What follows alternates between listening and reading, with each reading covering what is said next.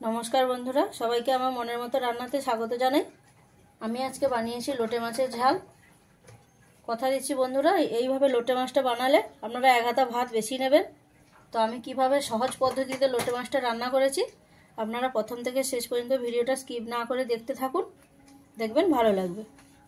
আমি আজকে লোটে মাছ রান্না করছি, তার জন্য নিয়ে নিয়েছি 500 গ্রাম লোটে মাছ।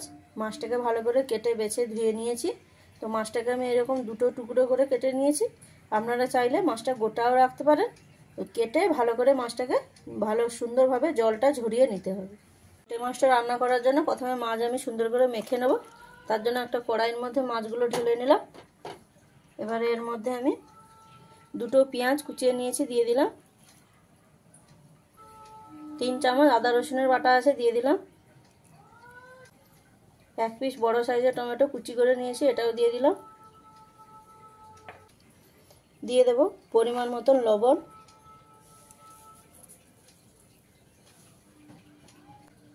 পরিমাণ মতন হলুদের গুঁড়ো। এখানে আমি শুকনো লঙ্কা, ধনে আর জিরে আধ ঘন্টা আগে ভিজিয়ে রেখেছিলাম। 1 চামচ ধনে, 1 চামচ জিরে, 3-4টে শুকনো লঙ্কা বেটে নিয়েছি, এটাও দিয়ে দিলাম। 2-3টে কাঁচা লঙ্কা চেরা করে নিয়েছি, দিয়ে দিলাম।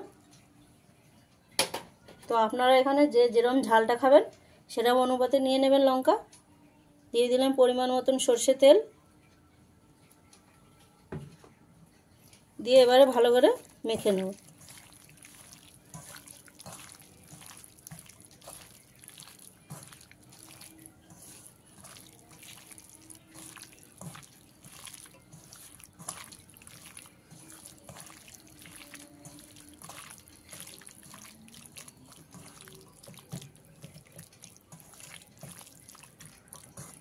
এবারে এর মধ্যে আমি 1 পিস বড় সাইজের আলু এরকম সরু সরু করে কেটে নিয়েছি, দিয়ে দিলাম।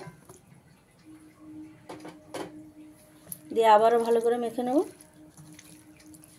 তো লোটে মাছের তরকারিটা তো অনেকে অনেক রকমভাবে বানিয়েছে, তো আমি যেভাবে বানাচ্ছি আপনারা এইভাবে একবার লোটে মাছটা বানিয়ে খেয়ে দেখুন, আশা করি খুবই ভালো লাগবে।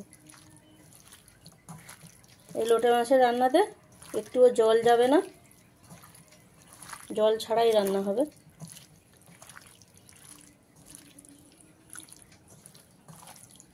এইভাবে খুব ভালো করে মেখে নিতে হবে। আমি এইভাবে ভালো করে মেখে নিয়েছি। এবারে গ্যাসটা জ্বেলে বসিয়ে দেবো। গ্যাসটা জ্বেলে আমি কড়াইটা বসিয়ে নিয়েছি। এবার উপর দিয়ে অল্প পরিমাণে তেল ছড়িয়ে দেবো। দিয়ে গ্যাসের ফ্লেমটাকে মিডিয়ামে করে দেবো। দিয়ে এবারে ঢাকা দিয়ে নেব। ঢাকা দিয়ে কিছু সময় মাছটাকে আমি সেদ্ধ করে নেবো ভালো করে। আমি 10 মিনিট ঢাকা দিয়ে রেখেছিলাম, ঢাকাটা খুলে দেব।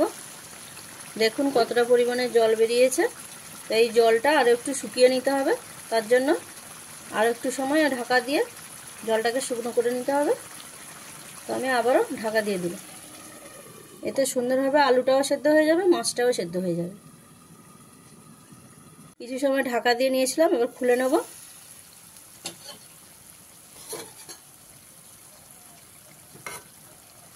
আলুটা সুন্দরভাবে সেদ্ধ হয়ে গেছে।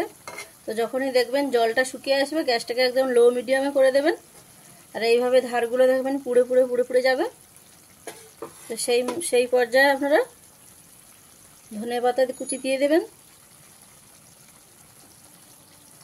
এই রান্নাটা একটু ধনেপাতা কুচিটা বেশি পরিমাণে দেবেন, তাহলে ভালো লাগবে। ধনেপাতার পরেই দিয়ে দেবেন গরম মশলা। এই রান্নাটায় আপনারা খুন্তির ব্যবহার বেশি করবেন না।